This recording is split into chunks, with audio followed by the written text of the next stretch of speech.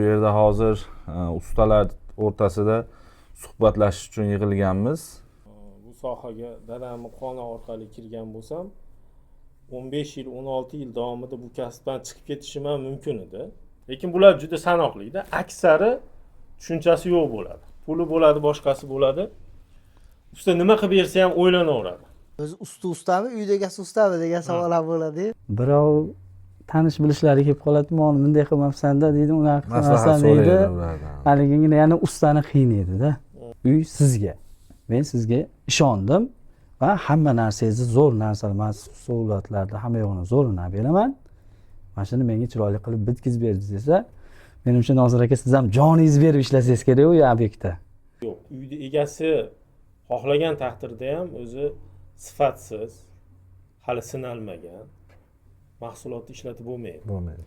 Men qarindoshim bo'lsa ham, boshqa bo'lsa ham men shu yerda xato qildim. Puldan yutaman debman-u, lekin vaqtdan yutkizdim, sifatdan ham yutkizdim. Siz mahna qilib beraman deyapsiz, shuni qilib bermadingiz. Deyapsiz endi menga. Buzib boshidan qilasizmi dedi menga. Buzib dedi, men aytgan yo'nalishda boshidan qilasizmi dedi. To'g'ri, yo'q, buzmayman dedim. Menga bo'ladi endi desa, yoqmadigi boshqa qilib beravering deyapsiz endi menga. Ilgari faqat og'zaki yoki bo'lmasa oxirida rozi qilaman sizni bilan dogovor bo'lardi. Hozir endi katta pul ketayotgani uchun uy ta'mirlashiga. Bu ayrim Qo'shtirnoq ichidagi ustalarga tegishli. Обязательно o'ziga minus bo'ladi. Ish sifatsizlashlanadi. Hozirgi yoshlarga moddadan ko'ra, modda emas bo'lgan, qadriyat bilan kelayotgan narsa muhimligini uqtirib olish qiyin.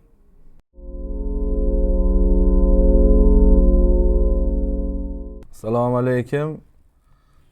Abdulboriy Andijon YouTube kanalining kuzatuvchilari. Biz bu yerda hozir ustalar o'rtasida suhbatlashish uchun yig'ilganmiz. Shu bilan hozir endi bu ustalarimiz bilan tanishtiramiz. Ukamiz Tojiddin usta, akamiz Nosirjon aka usta, Komiljon usta, o'zim ismim Otabek. Shu suhbat qurgani asosiy yig'ilganmiz. Xudo xolasa endi hozir suhbatimizdan bahramand bo'lasizlar. Shu bo'layotgan ishlar to'g'risida, qilinayotgan ishlar, qilish kerak bo'lgan ishlar to'g'risida bir suhbatlashamiz. Assalomu alaykum. Men ismim Tojiddin. Ustachilik sohamda asosan отделка, travitincha, dizayn bo'yicha ham ish yurtdan gizaman. 15 yil mobaynida katta kichik loyihalar va ishlarni qilib keldik. O'zimizga yarasha tajribamizni ham oshirdik. Xo'p, men ismim Nosir. Avvalambor assalomu alaykum. Shu davraga yig'ilgan har bitta sohani ustalari yig'ilibdi. O'zim chaqirganiga xursandman. O'zim haqida gapiradigan bo'lsam, men avval отделка sohasida yurardim. Oxirgi yillarda to'liq ta'mirlash sohasiga o'tdik. Umumiy bu sohaga kirib kelganimizdan keyin 15 yil o'tgan bo'lsa, bir 10-12 yil faqat malyarka sohasida, отделка sohasida yurganmiz. Zamon talabi bo'lib, oxirgi yillarda badkulishlikda zamonaviy tilda o'zbekchasiga to'liq ta'mirlash uslubiga o'tdik. Shu suhbatda Xudo xolasa bir-birimiz bilan tajriba ham almashamiz. Ham kuzatuvchilarga foydali bo'lishi mumkin bo'lgan ko'p ma'lumotlar aytamiz degan umiddamiz. Men ismim Komiljon. Vakillardan eng kichkinasi o'zimman. Sohaga to'liq kirib kelganimizga 15 yil bo'ldi. 20 yilda shogird bo'lib, oldingi 20 yil tushganmiz. 15 yil bo'ldi sohaga kirib kelganimizga. Kamchiliklar, qolgan narsalarni imkoniyat qadar yildan yilga bartaraf qilyapmiz. Akalardan o'rganadigan yoki fikr almashadigan holatlar bo'lsa, doimiy suhbat davomida yetkazib boramiz, xudo xolasa. Assalomu alaykum. Abdulboriy YouTube kanali kuzatuvchilari, ismim Otabek. Bu sohada asosiy soham, kasbim addeshik sohaga kirib kelganimga 25 yil bo'ldi. 25 yilda shogird bo'lib tushib, to shu bugunga qadar mana 25 yil oldi, Xudo xolasa. 25 yildan beri shu sohadamiz. Addelka akamiz Nosirjon aka aytgandek to'liq ta'mirlashdi. Biz ham shu sohadamiz. Ancha yillardan beri tajribasi. ancha yillardan beri Xudo xolasa to'liq ta'mirlash bilan shug'ullanamiz desak ham bo'laveradi. Chunki biz ustamiz o'zi to'liq ta'mirlashga o'rgatgan, o'zi shogirdlikdan paytimizdan o'rgatgan, o'zi addeshimiz o'zi aslida, lekin baribir addeshi bo'lib, zamon talabiga endi yondashib qilib kelyapmiz shuni, Xudo xolasa. Ixtiyoriy majburiy. Xudo xolasa. Qurilish sohasiga, ustachilik, addelshilik sohasiga kirib kelishim Xudo xolasa 2000-yil oxiri, 2001-yillarda kirganman. Shu mahallamizda usta ishlayotgan bo'lgan, shu addellik ustasi bo'lgan. Shunga ko'rib, qiziqib qolib, shu hunarga kirganman. Shu hunarni o'rganib, mana shu hunar bilan hozirgacha davom etyapmiz. Sizlarda qanday bo'lgan bu qurilish, bu ustachilik sohasiga kirib kelish?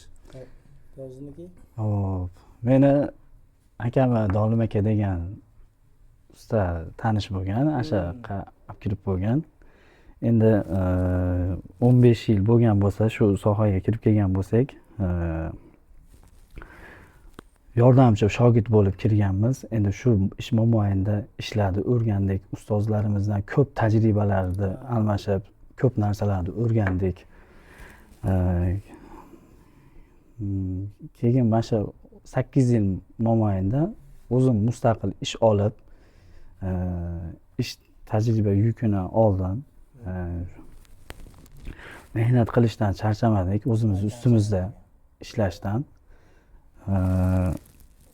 Javobgarlik, halollik va meni mana shu kasbga bog'lab kelyapti shu paytgacha. O'zimga keladigan bo'lsam, hozir men bu sohada yurishimga asosiy sabab dadam bo'lgan.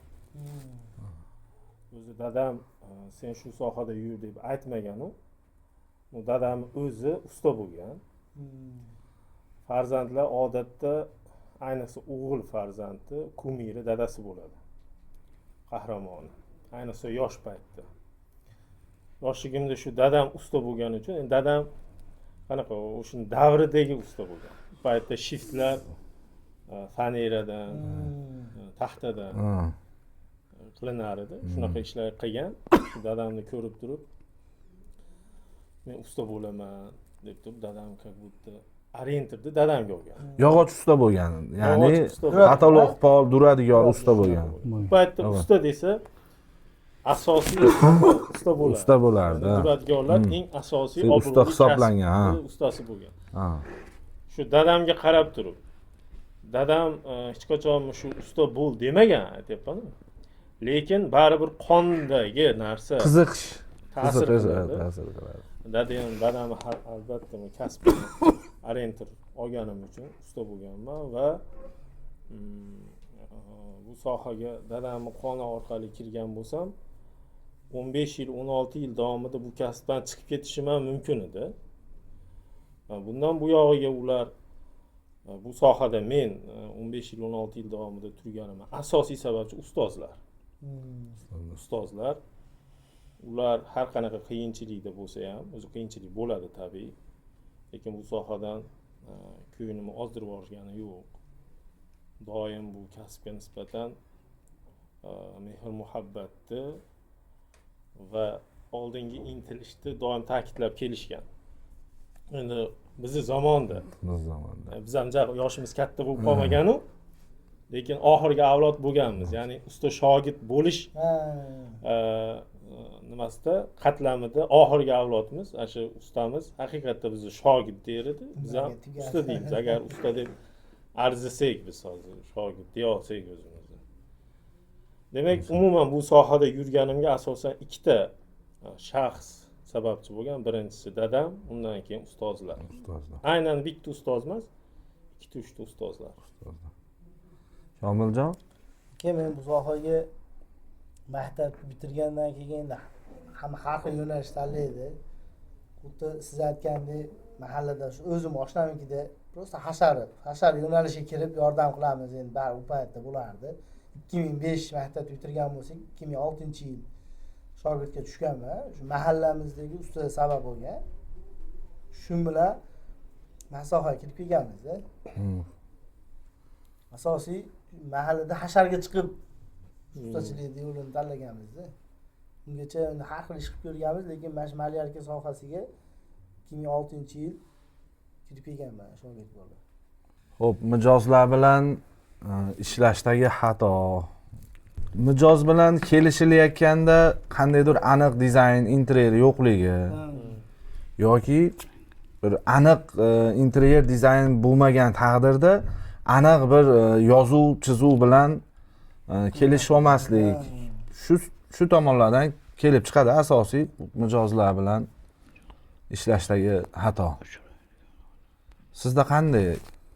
Tojirim? Siz nima deb o'ylaysiz? Yoki Nosir aka siz? O'zi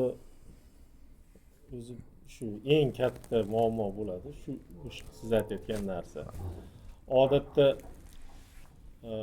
uyda egasi uyimni mana shunday qilaman degan aniq fikr to'xtamga kelmagan bo'ladi. Puli bo'ladi, boshqasi bo'ladi, sharoiti, vaqti bo'ladi-yu, ustani ham chaqirib oladi-yu. Shu misol devorimni shunaqa rang qilaman. U ranglardan emas, o'zi uslubni ham tanlab olmagan bo'ladi. Ustaga eng noqulaylik tug'diradigan narsa aynan shu. Ustani ham o'zini uslubi bo'ladi. Uyda egasini ham ba'zilarda uslubi bo'ladi, aniq. Ba'zi holatlarda usta u uyda egasi xohlaganini tushunmaydi.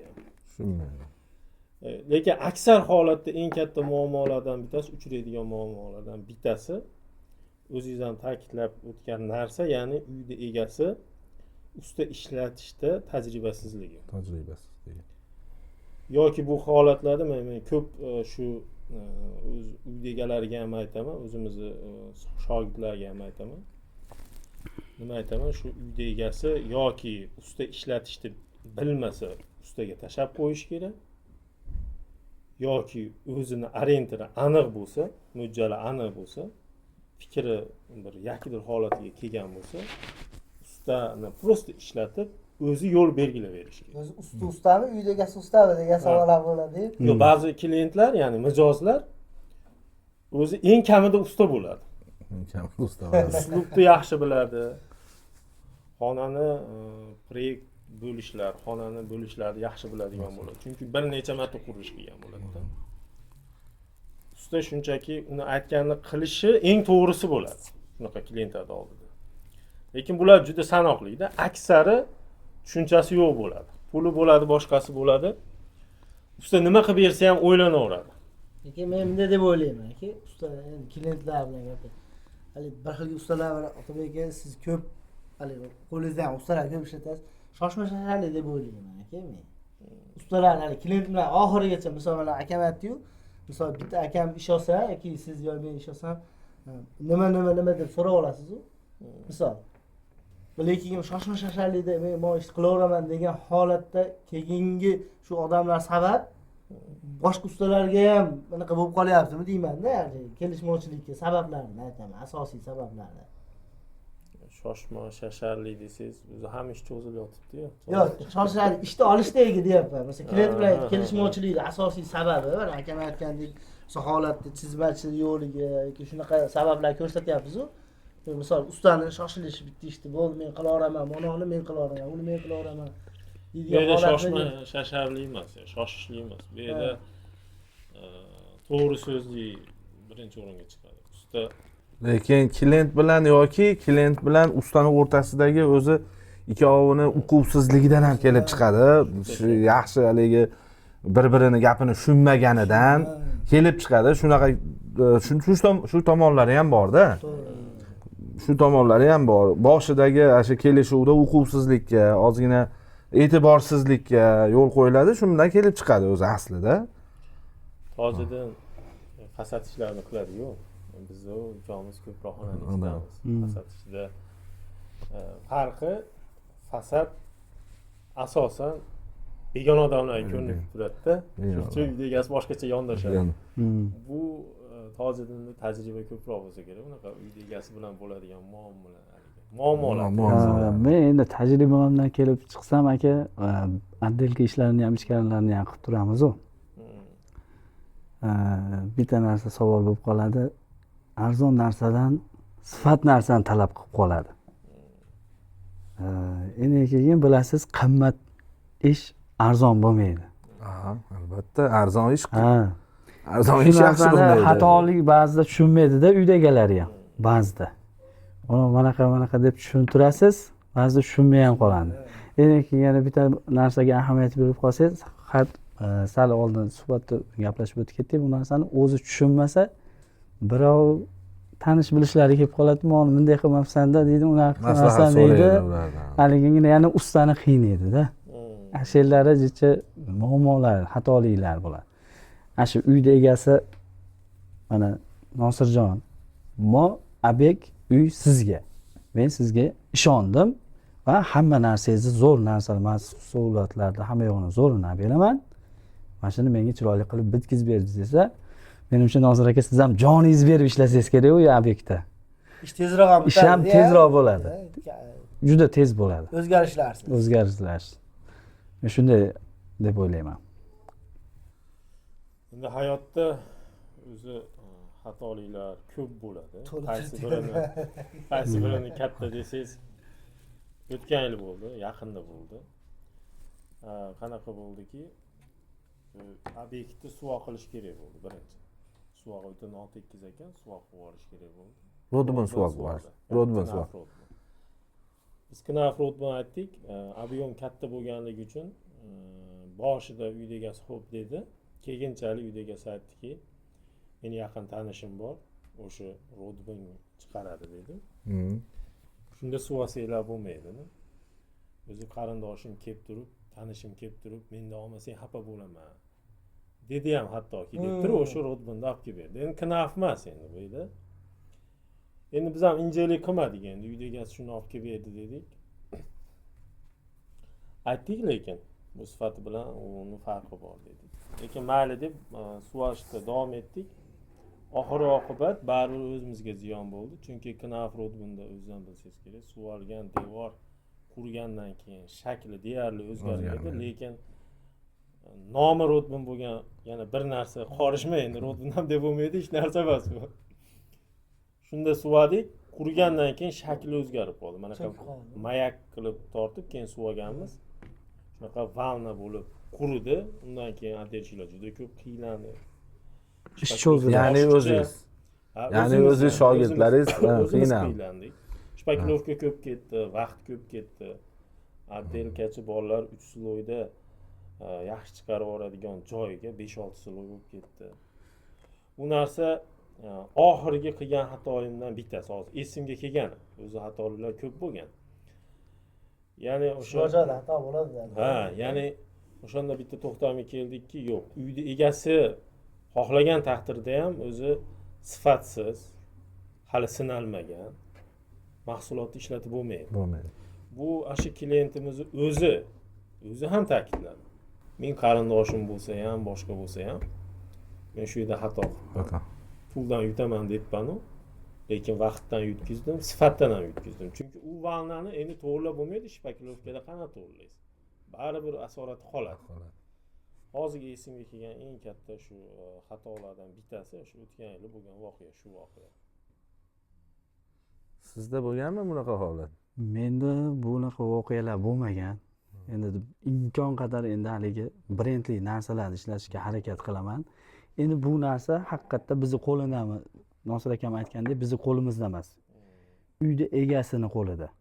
Shu narsani brendli narsa, sifatli narsalarni olib bersagina, shunaqa muammolar bo'lmaydi. O'zingiz aytganingizdek, ish ham cho'zilmaydi, kun ham cho'zilmaydi, materialni ham yetkazilmaydi. Endi menda unaqa narsalar bo'lmagan. sizda-chi usta aka? Menda Yani faqat yaxshi material ishlatadi yo'q unaqa yo'q. Men masalan kirchimo ukamiz klientlar bilan ishlash bo'yicha bizda unaqa voqealar bo'lmaydi. Biz ham o'zi asosiy biz klient aytganini emas, biz o'zimiz aytganimizni olib ishlatamiz. Biz klientni yo'liga yurmaymiz. Klient biz bilan masalan kelishib o'zingiz bilib qila oling deb o'zi asosiy bizning klientlarimiz o'zi uyda olib borib ko'rsatgandan keyin o'zi shu yo ishni o'rtasida yo boshlanganda bir 5 kun 10 kundan keyin keladi, yo bir o'rtasida keladi yoki oxirida keladi. Topshirgani bitdi desa keyin keladi. Endi bizni asosiy aytyapman-ku, biz endi polidan tortib mebeliga to bitkizib berganimiz uchun bizda klientlar unaqa narsani men to'g'risi unaqa voqea deyarli bo'lmagan. Endi bundan bir necha yillar oldin bo'lgan. Endi unga ham tajribasizligimizdan kelib chiqqan bo'lishi ham mumkin. Endi uni hozir aniq esimda ham yo'q. U bir boringki bir 10 yil 8 yil 10 yil oldin unaqa voqealar bo'lib uchrab turgan. Hozir unaqa narsalar deyarli Xudoga shukr yo'q.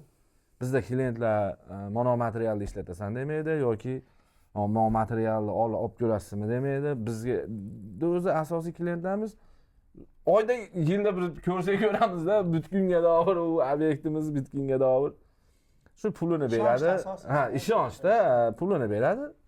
Olib kelib hamma yo'lda o'zimiz aytgan narsani olib kelib Andijondagisini Andijondan, Toshkentdagisini Toshkentdan olib kelib ishlatamiz shu.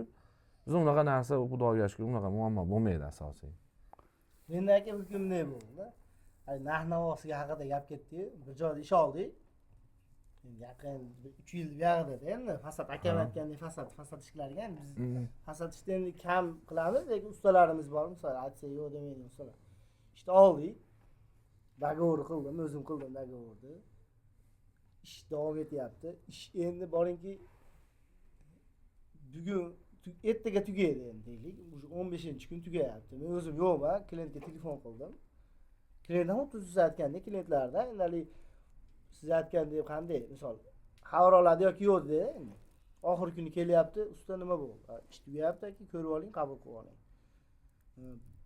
Bizni ish jarayonida men o'zim xatoimdan bittasi surishtirib oling yoki buni mashina misol men mana qilib beraman demaganim bo'ldi. Endi misol qanaqa qilamiz desa, shunaqa narsa qilamiz desa, xuddi men qilgan ishni qayerdadir ko'rgan, arzonroq ko'rgan. Men aytyapman, aka, ko'rib oling, ishni men ustalarim bilan hisob-kitob qilib yopib qo'yishim kerak. Siz kelavering deyapti, gaplashamiz. Boryapman, shu endi o'zim aytgan gaplarni o'zimga qaytaryapti. Siz mana qilib beraman deyordingiz yoki bunaqa narsa qilib beraman deyordingiz. Men sizdan shu narsani kutuvdim deyapti. Endi falon yerda xuddi siz qilayotgan narsani misol 10 so'm qilayotgansiz 12 so'mdan yoki 8 so'mdan qilyapti ekan degandek gapiryapti. Xo'p, nima deysiz? Siz mana qilib beraman deyordingiz, shuni qilib bermadingiz. Deyapsiz-da endi menga. Men qanday misol bir xil paytda misol qayergadir narsa tushsa shuni endi o'zingizga to'g'ri deb qilasiz-ku. Shunaqa holatlarni tushundimki, demak, uy egasini ham qaysi ma'noda tasdiqlatib turish kerak ekan degan fikr keldi. Misol endi akam tashqarida ko'rinib turadi deganini aytganda, misol men yerga g'isht tushsa bo'ladimi yoki palasa qilib beraymi? Yoki bu yerga palasa tushadi, sizga g'isht ma'qulmi yoki palasami degan narsani demoqchiman, aytib ketish kerak ekan.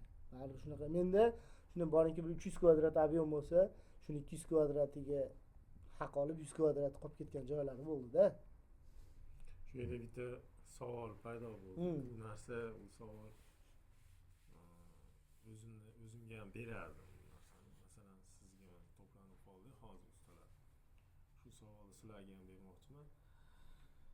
Ish davomida shunaqa narsa bo'ladiki, shu uslubda qilsangiz ham to'g'ri bo'ladi yoki bu uslubda qilsangiz ham to'g'ri bo'ladi. Misol uchun deylik, yana ham aniqlashtiradigan bo'lsak, xonani ichiga dekor bilan ishlasa ham chiroyli bo'ladi yoki bo'lmasam tiyaga yopishtirib attachment yoki emulsiya sepib ham ishlasa ham to'g'ri bo'ladi. Bunisi ham chiroyli, bunisi ham chiroyli. Tutgandan keyin uyda egasi keladida dekor qilib qo'ygan bo'lsangiz, misol uchun emulsiya qilib berishingiz kerak edi. Bu narsa yoqmadi deydi yoki aksi. Lekin uni qilsangiz ham, buni qilsangiz ham noto'g'ri ish qilmagan bo'lasiz. Bir yerda qiyshiq qilib qo'ymagan bo'lasiz. Uning narsa qilib qo'ymagan bo'lasiz. Faqat o'zi to'g'ri narsa bitta emas u, masalan. To'g'ri narsani varianti ko'p. Varianti ko'p bo'ladi. Kimgadir u yoqadi, kimgadir bu yoqadi.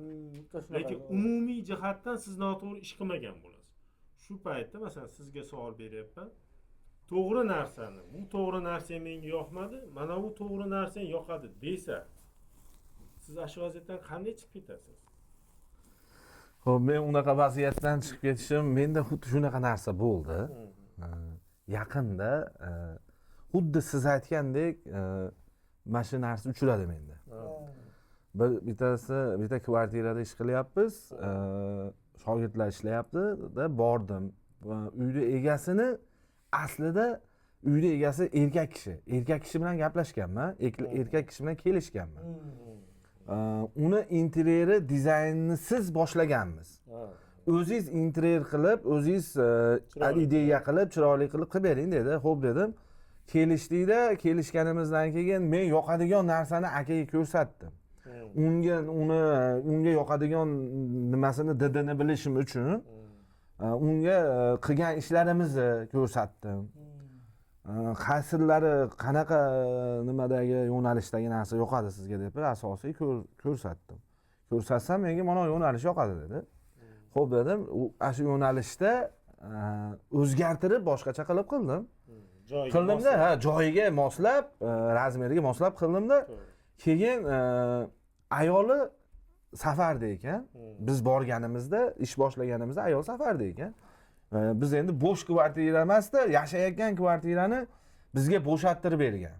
Bo'shattirib turib, bizga bo'shattirib berganda shuni biz qayta ta'mirlaganmiz. Qaytadan devorlarini ko'chirib, boshqatdan nolga, hamma yo'g'ini noldan qiladigan qilib boshlaganmiz. Ayoli safarda ekan, biz ish boshladik-da, endi oradan bir ish boshlaganimizdan keyin bir 15 kun, 20 kun vaqt o'tdi.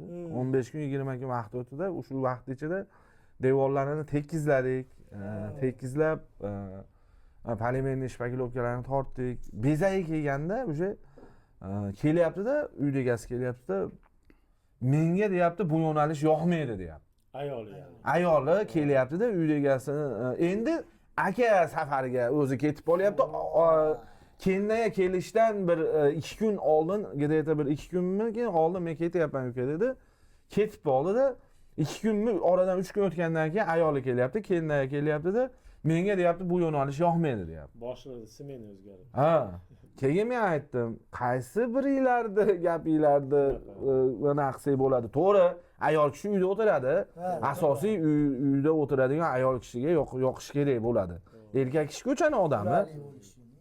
Erkak kishi unaqa e'tibor berib olmaydi. Ayol kishi zehnli bo'ladi, e'tiborli bo'ladi. Men aytdimki, opa dedim, mana shunaqa yo'nalishda aka bilan gaplashuvdik, mana shunaqa yo'nalish yoqadi dedi. Shunga qarab men shunday yo'nalishni qildim dedim. Desam aytdiki, menga dedi, yo'q bu yo'nalish yoqmaydi, menga manaqa yo'nalish yoqadi deb o'zini yoqtirgan yo'nalishini aytdi. Yoqtirgan yo'nalishini aytuvdi, men shu yoqtirgan yo'nalishini qilib qo'ygan ishimdan davom ettirgizib butkizib berdim. Keyin opa aytdiki, buzib boshidan qilasizmi dedi menga. Buzib dedi, men aytgan yo'nalishda boshidan qilasizmi dedi. To'g'ri, yo'q, buzmayman dedim. Buzmasdan qanday qilasiz dedi. Yo'q, qilib beraman-da dedim. Sizga yoqsa bo'ldimi? Shu endi xuddi opa ko'rsatgan narsani qilib berganim yo'q-da men. Endi uni ko'chirib bermadim-da, opa ko'rsatib bergan narsani shu yo'nalishda joyiga moslab turib qilib berib vaziyatdan chiqib ketdim. Opa ham xursand bo'ldi.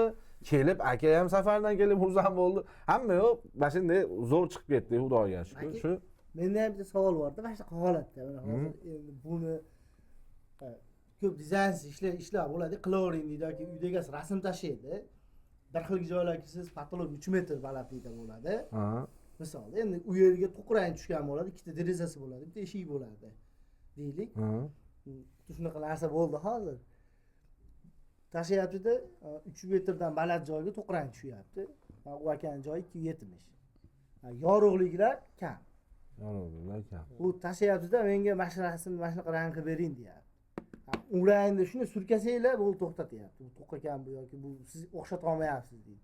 Shundaki klientlarga yoki shu internetdan ko'rib tashlaydiganlargaki nimadir yo'nalish qilib ketdi aka chunki yo'q endi bu narsani masalan uyda egasini o'zi bilan aytyapman hali boshida aytdimu boshida aytganimdek uquvsizligimizdan kelib chiqadi uquvsizligimizdan kelib chiqadi uyda egasi bilan gaplashayotganda birinchi o'rinda yoki interyerini qildirayotgan paytda baribir usta bilan maslahat qiladi ishlataman degan ustasi bilan baribir maslahat qiladida hozirgi klientlar mijozlar hammasi shunaqada usta ishlataman degan ustasi bilan maslahat qiladi uka deydi yo aka deydi men mana qilmoqchiman shunga nima deysiz shunga nima deysiz yoki mana uni yo'nalishini mana qilyapman yoki bir ko'ring men interyer dizaynini qildiryapman deb ko'ring deb yoki sizga tashlab beradi telegramdan instagramdan tashlab beradi ko'rsatadi shunda keyin baribir yuzma yuz ko'rishilganda dogovor qilinayotganda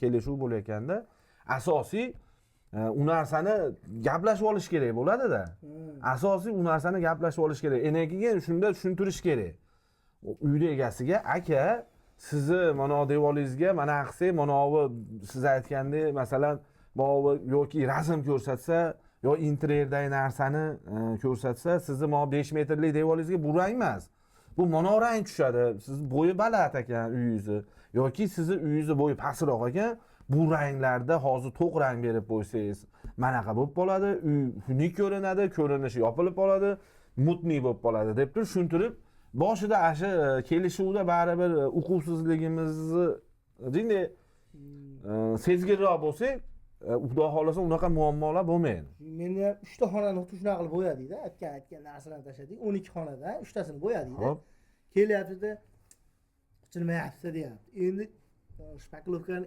emusaga boshqa tayyorlov aboyga boshqa tayyorlov bo'ladi-yu misolda endi misol uka deyapti bitgandan keyin aboy qo'yaveraylik deyapti o'zi tayyorlayotgan ranglar o'ziga yoqmay qolyapti endi nima qilyapmiz 3 ta xonali aboy qilyapmizda endi aka bunga bo'ladi endi desa uka yoqmadiyu boshqa qilib beravering deyapti menga yana bu yerda bitta nozik masala bor mijoz bilan ustani kelishuv uslubi hozirgi zamonda ko'p narsa kelishuv arzonga bo'lmaydi hozirgi materiallar ham qimmat bo'lib ketyapti ilgari arzon bo'lardi material sodda bo'lardi remontlar hozirgi remontlar uyni ta'mirlashi murakkab unga ketiladigan mahsulotlar qimmat bo'layotgani uchun dogovorda ilgari faqat og'zaki yoki bo'lmasam oxirida rozi qilaman sizni bilan dogovor bo'lardi hozir endi katta pul ketayotgani uchun uy ta'mirlashiga ayniqsa под ключ uslubida ish qiladigan ustaga dogovor qilish mijoz bilan dogovor qilish nozik masalaga aylanib qoldi buni ba'zilar yozuv chizuv qilamiz deydi ba'zilar dokumentani pechat bilan deydi shunda endi har xil klientlar bor eski klientlar bo'ladi mahalla kuy klientlar bo'ladi yoki qarindoshlar klientlar bo'ladi ba'zidan o'zingiz narxingizni aytsangiz u qimmatga o'xshaydi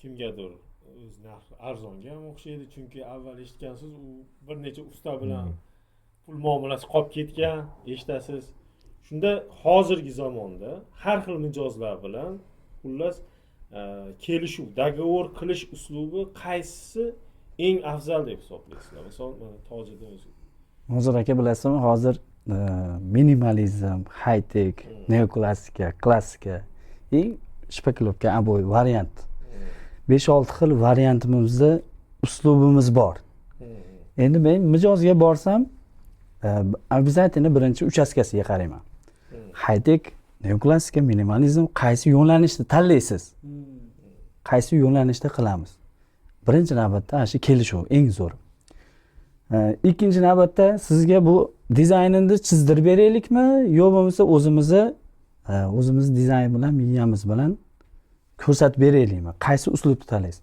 ho'p high tech deylik misoli shpakilovka emulsiya u endi oddiyroq variant neoklassika hozir uslubda trend bo'lyapti eng anaqasi unda bilasiz qimmat shpakilovka, обязательно qimmat emusalar sepilyapti Turkiyani detallar neoklassika uslubida. Endi ana shu uslubda neoklassikani ushladikmi, polniy bir xilda uy mashin bilan o'zgarmaydi. Bu xonangiz high-tech bo'lmaydi, bu xonangiz aboy bo'lmaydi, bu xonangiz minimalizm uslubda bo'lmaydi. Neoklassikadan olib ketamiz. Ana shu misoli, ana shu summani aytaman, mehnatga yarasha. Ya'ni siz hozir uslublar sanadingiz-ku, high-tech, minimalizm, klassika, neoklassika yoki boshqa uslublar, shunga qarab narxi belgilanadi. Narxi belgilanadi. Yo'q, bu savol bu emas. Savol o'sha bir narxda uy egasi bilan kelishuvda qaysi haligi qaysi yo'nalishda kelishuvda qaysi yo'nalishda qanday qilib kelishib qilish kerak, qanday qilib dogovor qilish kerak. Shunchaki og'zaki eski uslubda qilyapsizmi hozir ham? Yo'q. Yoki buni ham yozuv chizuv qilish shart deb o'ylaysiz? Endi hozirgi paytda og'zaki endi baribir Telegramga yozib qo'yiladi. Bu kvadratini monchadan kelishdik. Moncha summa oldindan misoli ish tugaguncha. Endi bitta narxda endi misoli uslub tanlaganingizdan keyin kvadratga aytasiz, og'zaki kelishasiz, bitta Telegramga jo'natib qo'yiladi. Endi u shartnoma hozirgi paytda pul berishi bermasligi endi menda to'g'ri degan keldi vaqt. Endi misoli endi menda to'g'risi unaqa muammo uchramadi.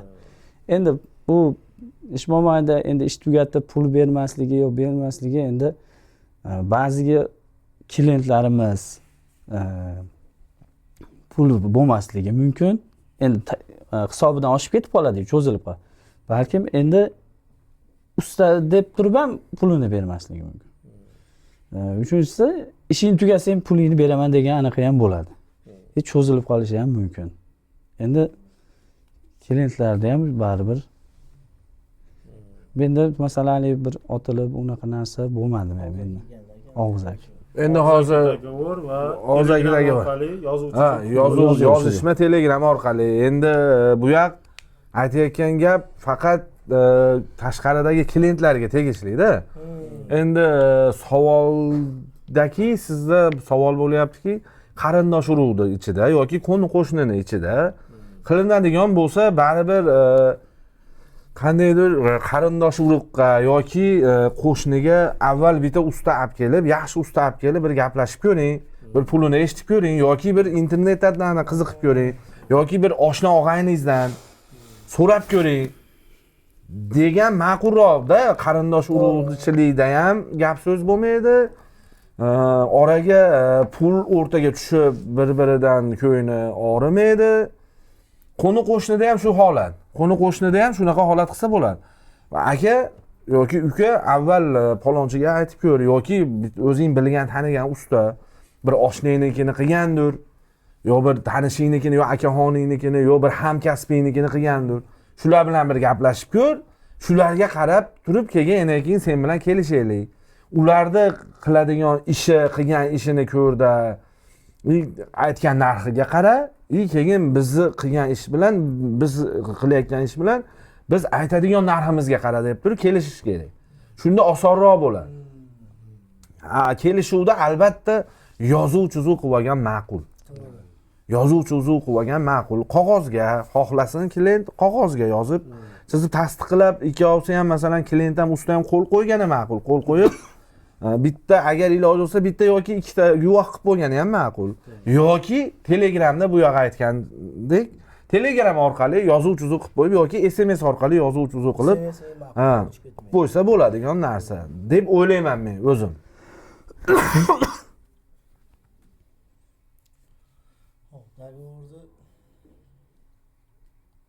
Qanday shu akam aytgandek, hammasi tanish bilishlar orqasida.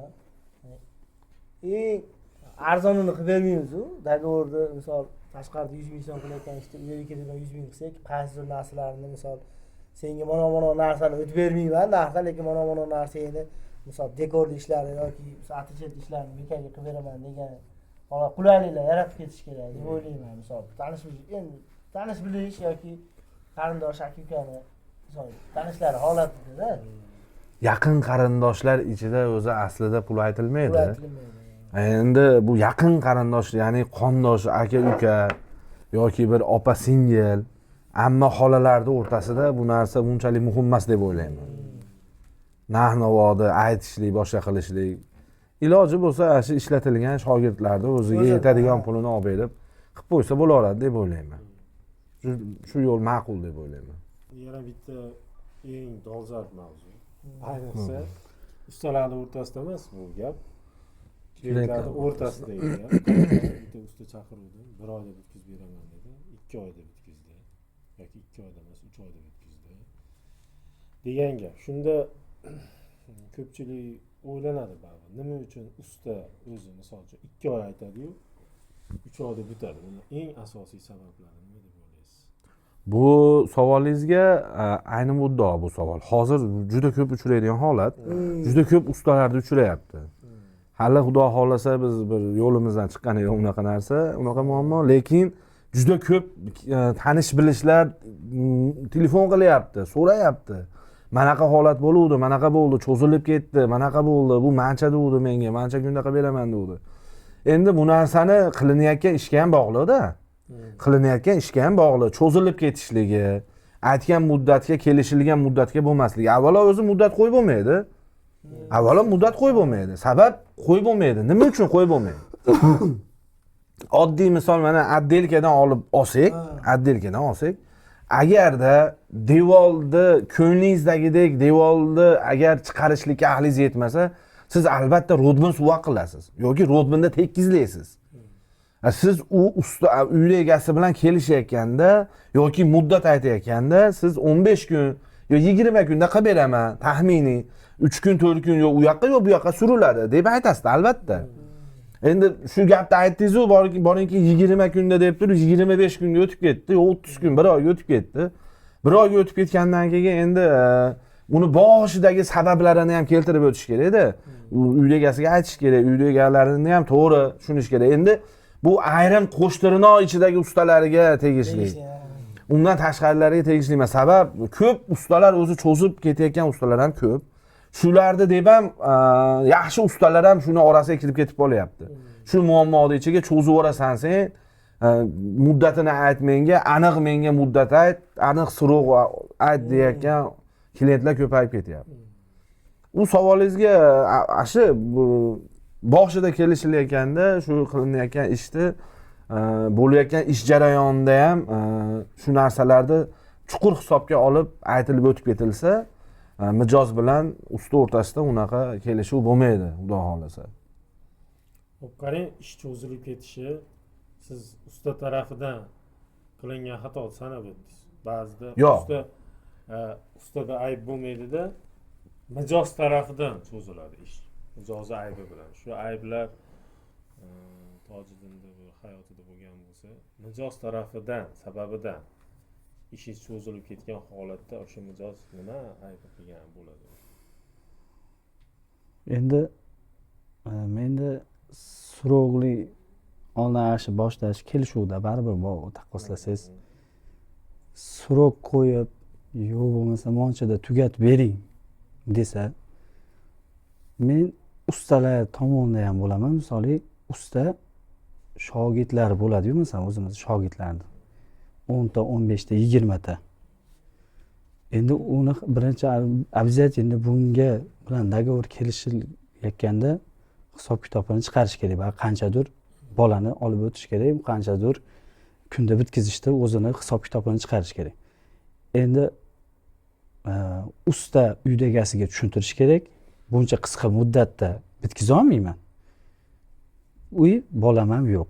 Agar ma'qul kelsa, oddiyroq anaqa holatda, agar to'y bir marosimingizga taqqoslamasangiz, menimcha ustani shoshiltirmagan ma'qul. Nimaga desangiz, shoshiltirgan mijoz обязательно o'ziga minus bo'ladi. Ish sifatsizlanadi. Usta ham u darajada e'tibor qarab ishlov bera olmaydi. Endi klientlarga taqqoslasak, klientlar ham misol asha ustani gapiga kirib, ustani yo'llanishiga kirib shoshiltirmay ishlasa, menimcha katta tomonlama ham ish zo'r kelsa kerak Bu deb. narsaga gaplarga qo'shimcha qilmoqchiman. Men o'zim agar tahlil qiladigan bo'lsam, ishni bir oyda deb taxminan yoki bo'lmasa 2 oyda deylik, bir oyda ish kichkina bo'lib qoladi. 3 oy deylik, misol 3 oylik ish bo'lsa, shu 3 oylik ish taxminan 3 oyda bitadi deb usta aytyapti. Uyda egasi ham bo'pti, ma'qul 3 oyda bitsa, mening planlarim bor, rejalarim bor, 3 oyda bitsa ma'qul. 10-15 kunga hech kim hech narsa demaydi. Lekin shu 3 oylik ish 4 oyga, 5 oyga cho'zilib ketishdagi sabablar usta tarafidan ham bo'lishi mumkin, uyda egasi, mijoz tarafdan bo'lishi mumkin va tabiiy yo'l bilan ham bo'lishi mumkin. Usta tarafdan bo'ladigan sabablarning eng asosiysi usta boshidagi ishtiyoqni saqlab qola olmaganidan bo'ladi deb o'ylayman. Boshida haqiqatda juda katta ishtiyoq bilan boshlanadi. Lekin ishni oxiriga borganda, ayniqsa shu 40dan o'tib 41ga chidash kerak bo'lgan paytda shu ustalik belgilanadi. Ya'ni usta o'sha joyda sabr qilishi ozgina sinovga, sabri sinaladi. Shu holatda ko'p vaziyatlarda shu pand berib qo'yadi deb o'ylayman. Bu usta tarafidan aybi. Endi klient tarafidan, mijoz tarafidan o'tadigan ayb ko'pincha holatda meni tajribamdan kelib chiqib turib aytadigan bo'lsam, uyni egalari ana shu uyni boshidan oxirigacha bitishiga ketadigan xarajatni yo'qligi. Ko'pincha yo'q bo'ladi. Mablag'. Nima deb mablag'i yo'q bo'ladi. Xarajatidagi yetadigan mablag' yo'q bo'ladi. Nari borsa 50% bo'ladi xolos. Qolgan 50% mana shu Ulaveraman. Ish jarayonida ulaveraman. Biznesimdan keladi, keladi deydi, lekin u yoki to'xtab qoladi, yoki u kelgan taqdirda ham yetmay qoladi. Shuna bo'lib material kelmay qoladi, boshqa bo'ladi. Oqibatda 4 oy, 3 oylik ish 5 oyga cho'zilib ketadi. Endi tabiiy jarayon bilan cho'zilishi mumkin. Tabiiy jarayon bilan. U ko'p narsa bo'ladi. Qanaqa deysiz? Ayniqsa shunaqa bo'ladiki, misol o'sha mahsulot, o'sha turdagi mahsulot tugab qoladi. Menda shunaqa ko'p bo'ladi. O'sha mahsulot tugab qoladi. O'zi Toshkentdan olib kelsak, 10-15 kunda Xitoydan keladi yoki 20 kunda keladi deydi. Shu partiyasi bir xil keladi. Shunaqa shunga o'xshagan tabiiy jarayon ham bo'ladi. Mana Nosirjon aka yana bitta gap qo'shilib qoldi. Mana 120 kvadratli dom oldik. Endi u faqat plan bo'lingan. U ish polni 0 dan 100 gacha o'zimiz topshiramiz. O'zim topshiraman. Endi uni bitta narsani tushunish kerak, klientlar ham tezlashtirib bering, faqat tezroq bitkazib bering deyapti-da. Xo'p, aka, tezlashtirib beraman. Endi bu narsani etap orqama-orqa ish qiladigan ishi bo'ladi. Bosma-bos.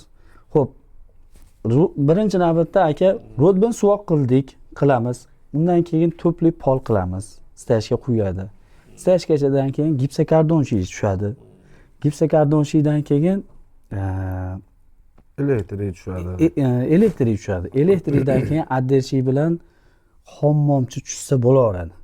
Shuni etapma-etap santexnik misoli orada oxirida pardoz qilib ketadi. Polni endi sizni bitkizib shpaklovka qilasiz, undan keyin emusiya qilasiz, emusiyadan keyin parket bosasiz. Parketdan keyin eshiklar qo'yiladi, jihozlari qo'yiladi, pardalar. Hamma narsani birdan olib ketilolmaydi. Baribir etapma-etapi bo'ladi. Shu narsalarni. Endi ba'ziga klientlar tushunmasdan tezlashtirib ber deydi. Va misoli siz tezlashtirib bersangiz ham qolgan narsalar tayyor deydi. Baribir iloji yo'q-da bu narsani. Shunaqa o'zini etapi bilan ketishdi uyda egasi tushunmaydi. Endi bu shu tabiiy endi bu baribir. Shunga qarab siz muddat aytgan bo'lasiz baribir.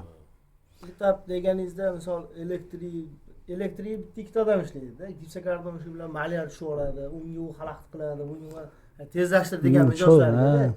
O'zi menimcha shu apparatga bo'lsa, menimcha tekizligiga ancha e'tiborliroq bo'lib chiqadi. Endi yana bitta narsa savol bu.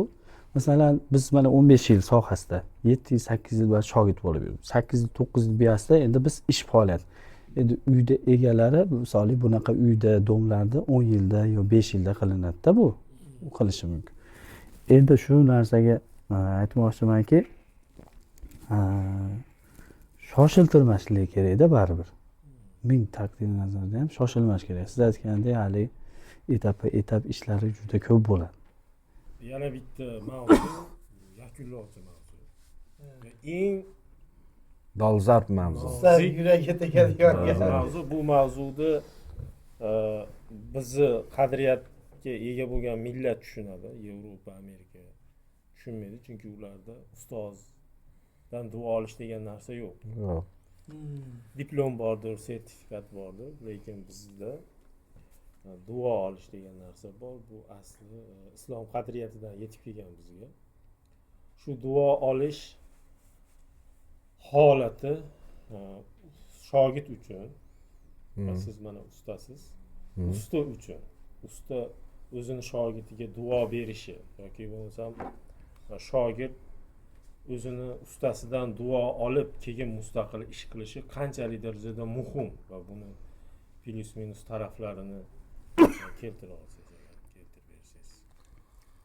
Xo'p, bu savolingizga usta shogird ustozidan duo olishligi juda muhim deb o'ylayman men. Shaxsan men o'zimning fikrim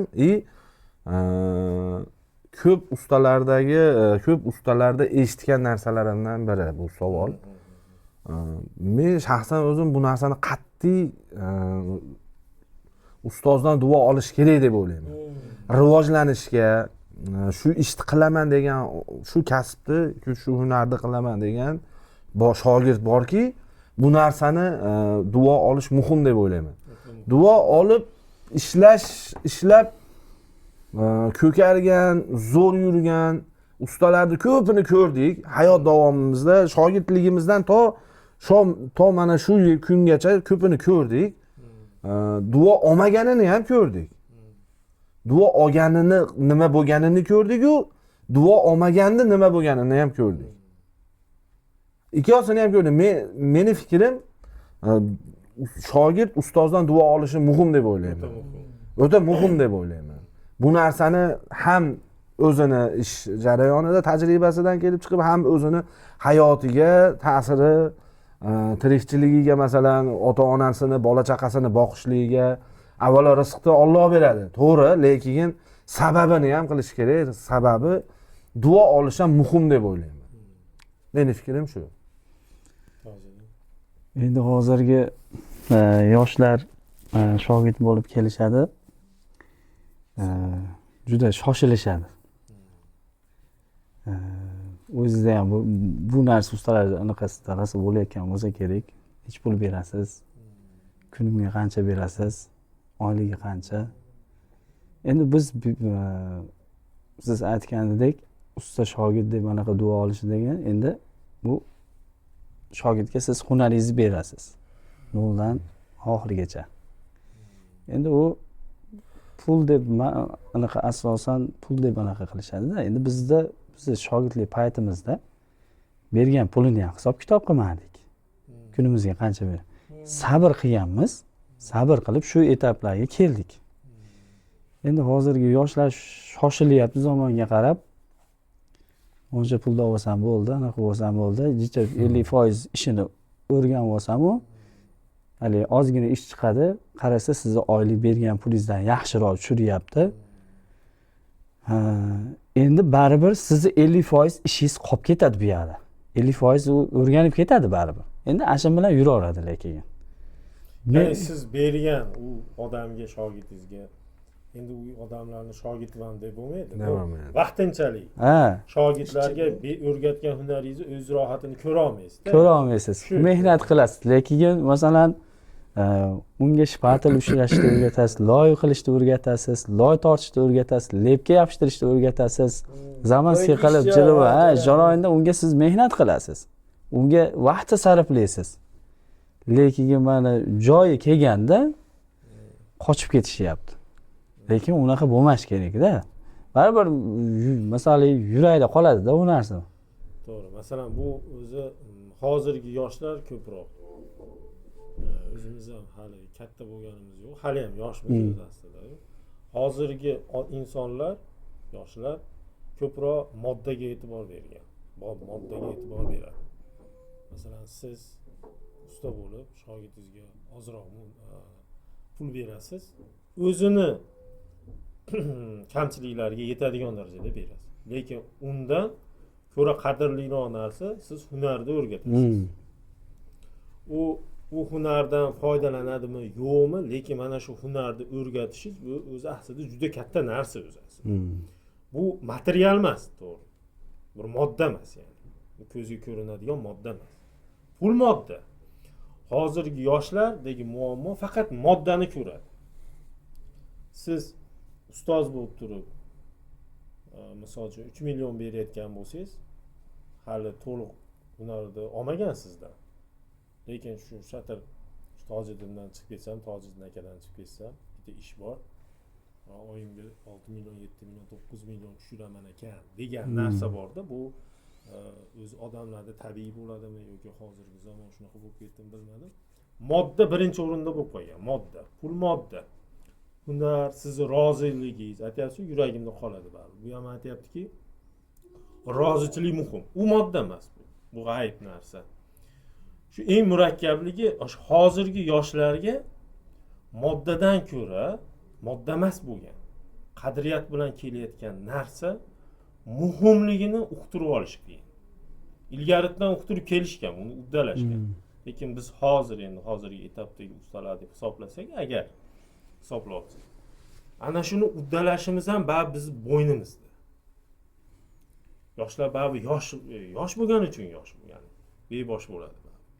Lekin siz o'sha qo'lidagi boshqasidan oladigan moddadan ko'ra ustani roziligi muhim ekanligini tushuntirish uchun shu nimalar deyish kerak deb o'ylaysiz shu yoshlarga? Mendagi to'g'ri, menda 3 million topyapsan, boshqasida 9 million topasan, lekin men noroziman desangiz, bu narsa ularga deyarli ta'sir qilmaydi. Chunki rozichilik degan narsani modda yo'qda unda. Lekin bu moddadan ham ko'ra muhim narsa o'zi aslida. Lekin tushuntirib olish qiyin. Shu holatda qanaqa so'zlar ishlatasiz shogirdingizga, chiqib ketmoqchi bo'lgan shogirdingizga? Mayli u ta'sir qilmasin, lekin hozirgi ko'rayotgan auditoriyaga. Aka, men ta'riflab ketsam mayli shu savolingiz aka. Ha. Gapingiz bo'ldi, akamga narsa kelib qoldi. Usta shogird deganiga ko'p narsani bilaveraman, men qilaveraman degandan keyin chiqadi. Usta bo'lgan o'zini hayolida. Men shunaqa deb tasavvur qilaman. Usta shogird misol Adelga yoki misol Fasad yoki misol Tomchi usta duo berganiga xohlasin boshqa biznes qilsa ish yuraveradi-da, duo olgandan keyin. Men chiqib ketadigan shogirdlarni musichaga o'xshataman aka. Aloqalar bilan musichani hammamiz bilamiz aka.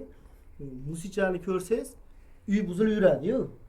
Aloqalar qoldi degan bo'lar ekanda. Menga uy solishni o'rgat desa, bu cho'pni olib men qo'yasan degan. Aloqanotga. Desa, "Ha, buni bilaman" deydigan. "Bunisini olib ber qo'yasan" desa, "Buni ham bilaman" deydigan. "Ha, bilsang bor o'zing quraver" deydigan. Bor quraver desa, qayga qurishni o'rgatmagan ekan aka. Shuning uchun musicha ko'rsangiz, bitta tuya qo'yib qo'ysan, uy sovigan bo'ladi, keyin ertasi kuni bir borsangiz, haydaverasiz, uy buzilib ketaveradi. Lekin aloqanotni uyini hech kim buza olmaydi-da. Men chiqib ketayotgan shogirdlarni shunga o'xshataman. Misol qaygacha, misol akam aytgandek, hammasini etapini o'rgatadi, lekin oxirgi etapini olmasdan chiqib ketadigan ustalarni hammasini musichaga o'xshatadi. Yaxshi, men o'zimning fikrim, har qanday moddadan ko'ra qadriyat birinchi o'rinda turishi kerak. Chunki mana YouTube kanalida ko'p ziyoli odamlarni gurunglarini ko'rganingizda birinchi o'rinda ziyoli turadigan narsa qadriyati ushlaganligi bilan bo'ladi. Duo olmasdan millioner bo'lib ketish ham mumkin. Sababini qilsa, Alloh taolo beraveradi. Chunki agar duo muhim o'ta topish tutishga desangiz, masalan boshqa davlatlarda umuman bu sistemani o'zi yo'q. Rivojlangan davlatlar. Lekin faqat bu dunyonigina hisob kitob qilmaydi musulmon odamlar. Qadriyat. Bu dunyoni ham o'ylash kerak, asosiy faoliyati u dunyoda. Shuning uchun Shuning uchun hozirgi yoshlarga tushuntirishimiz kerak. Avvalambor o'zimiz ham tushunib olishimiz kerak. Duo olish ustadan nihoyatda muhim. Chunki nimaga? Faqat bu dunyodagina asqotmaydi bu narsa duo.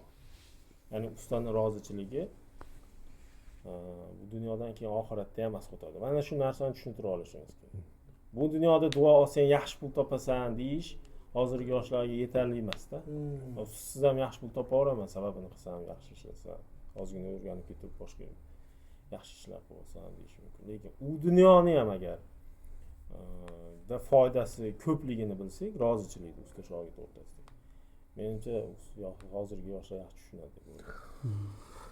Mana mazza qilib suhbat qurdik. Abdulboriy aka Petrodoroga ham katta rahmat. Mana shunaqa suhbatlar tashkillashtirib berganiga ham katta rahmat. Akamiz sog' bo'lsin, salomat bo'lsin. Abdulboriy aka. Bizga o'xshagan ustalarni mana shunaqa qilib yig'ib ko'p suhbatlar qilib turishlik akamizga doim tilaymiz.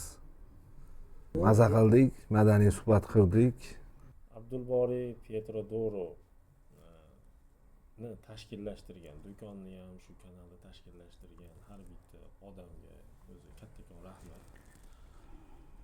Bizga o'xshagan ustalarni yiqqanga, tashkilotchilarga ham avvalambor katta rahmat va ishlarga rivoj tilayman. Va bu suhbatlar, bu podkast davomiy bo'lishini tilab qolaman.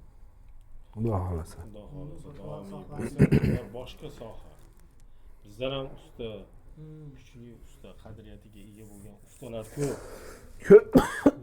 Ular ham kelib usta o'tirib suhbat qilishini albatta xohlayman. Abdulboriy Andijon Petrodoroga katta rahmat. Men nimani aytib qolaman?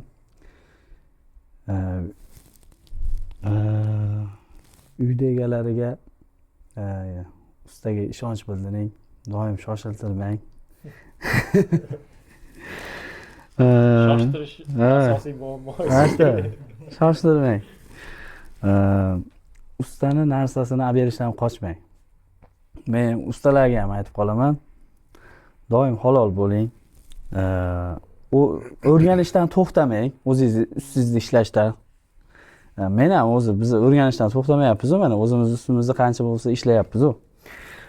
Mijozlar bilan muomalani chiroyli qila olish kerak baribir, Nosir aka, to'g'rimi? Chunki boshdan o'tyapti. Qancha mijozga yaxshi gapirib, qanchani qilsangiz, hamma yo'g'i zo'r ketaveradi-da. Eng birinchi navbatda ustalarimiz sifatni yo'qotmasin. Birinchi o'ringa qo'ysin. Abdulboriy aka qurilish mollarini hozir eng oldinlardan bittasi bo'lib qoldi. Akamiz ustalarga ham, uydagilarga ham yegulik qilib berishini so'rab qolamiz akada. Xudo xohlasa. Ustalarda ayniqsa, ustalarni rag'batlantirishdan to'xtamasin. Ustalarni rag'batlantirishdan to'xtamasin, iloyim. Hamisha rag'batlantirib yursin ustalarni ham. Masalan, bu Abdulboriy akadaqa to'g'risi tan olishimiz kerak-da. Abdulboriy akadaqa hali birorta bir magazin, bu sohadagi soha egalari hali ustalarni bunaqa zo'r rag'batlantirgani yo'q. Andijon viloyati bo'yicha tan olishimiz kerak. Yaqinda mana Misrga yo'llanma qilib berdi, Misrga tur qilib berdi. Maza qilib borib o'ynab keldik, yayrab keldik Misrga borib. To'g'risida hali tan olishimiz kerak-da, u tomonlarni ham gapirishimiz kerak. Masalan, biz hech qanaqa bu odamdan bir manfaat ko'zlamaymiz. Bizga mijozga oladigan narsamizni, sifatligini, zo'rini bersa, shu mijozga yoqadigan narx-navosida, yoqadigan narx-navosini qilib bersin. Bizga manfaati shu. Lekin biz endi bu yoqqa himmatingizni chekiyor. Qarang, shu yana bitta savol bersam bo'ladimi masalan? Masalan, siz ustasiz, men ham bu yerda hamma ustalar yig'ilgan. Hozirgi mahsulot yetkazib beradigan do'konlar qanaqa darajada bo'lishi kerak va nimalarga e'tibor berish kerak usta uchun? Va biz Andijondagi shu do'kon ham va boshqa do'konlar yana nimalar yetishmaydi, nimalar xohlaysiz bo'lishini. Do'kon, xullas umumiy oladigan bo'lsak, usta orzu qiladigan do'kon qanday bo'lishi kerak? Endi Abdulboriy akamdan 90% ishimiz bitadi. Endi 10% endi tashqaridan bu narsa olishingiz mumkin. 90%. Abdulboriy akamga telefon qilamiz, narx-navolar hamma yo'g'i optim. Ishlab chiqarish, sotilayotgan mahsulotlari ham, narx-navosi ham, sifati ham eng zo'r yaxshi. Keyin eng xursand qilgan joyi, o'zingiz bilasiz, dastlabkasi. Dastlabkani zo'r qilib qo'ydi. Endi menimcha Abdulboriy akamda kamchiligi yo'q bo'lsa kerak. Ya'ni siz aytyapsiz 3 ta narsani sanab o'tdingiz. Birinchi o'rinda narxlarni ulgurji narxda berish. Ya'ni mahsulotlarning narxlari ulgurji narx. Ikkinchisi sizga kerakli bo'layotgan mahsulotlarda 90% borligi. Uchinchisi ana shu mahsulotlarni yetkazib berish xizmati. Bu narsa pulli emas, ya'ni dastavka tekin. Tekin. Bu do'konda tekin, shu narsa. Va nimani yana bo'lishini xohlardingiz? Menmi? Ideal deb Yana men ham yana Misrga borishni olardim. Endi mana aka ko'ryapsiz, savdo yaxshi, misoliy narsa berish uchun anaqa emas. Eng zo'ri qulayligida. Ishxonada turasiz, telefon qilasiz, vizitda boradi. Shunisi sizga zo'r. Bozorga borib aylanib yurmaysiz, boshqa qilmaysiz. Hamma narsa borligi o'zi menimcha yaxshi. U masalani sizni savolingizga men yana ham to'ldirib bu yerda fikrini to'ldirib qo'yaman. Faqatla masalan to'g'ri Abdulboriy akani masalan bizga bir narsa qilib berishi uchun emas. Bu narsa bizni mayrimizda bo'lmagan, u narsa bizda bu Abdulboriy akani o'zi samimiy qilib rag'batlantirgan narsasi. Endi buni hozir bir qator ta'kidlab o'tdim xolos. Lekin birinchi o'rinda asosiy zo'r bo'lishiga unaqa do'konlar bor Andijonda. Masalan, Abdulboriy akadaqa katta do'kon bo'lmashi mumkin, kichikroq do'konlarda dastavkalari ham bor. Dastavkalar qilishyapti, ishlashyapti. Lekin birinchi o'rinda bu yer aytgandek mahsulot to'liqligi, ikkinchi o'rinda tezroq yetkazib berish kerak bo'ladi. Shu narsani vaqtdan yutishlikni harakatini qilish kerak deb o'ylayman. Do'kon, har bitta do'kon juda ko'p do'konda to'g'ri mijoz ko'pligidandir, ulgurmasligidandir, lekin yo'lini topib iloji boricha, imkon boricha tezroq yetkazib bersa, aytilgan narsa vaqtida kelsa yoki yana qo'shimcha yozilgan narsani nomeri bilan bersa, almashib olmasa, shunaqa narsalarni bo'lishini xohlayman men. Shu do'konlarda o'zim ta'kidlayman ham, shu do'konlarga aytaman ham. Masalan, mononi fasad dedimi, fasadini berish kerak bo'ladi. E'tibor bilan ishlayotgan ishchilar ham e'tibor bilan ishlash kerak deb o'ylayman.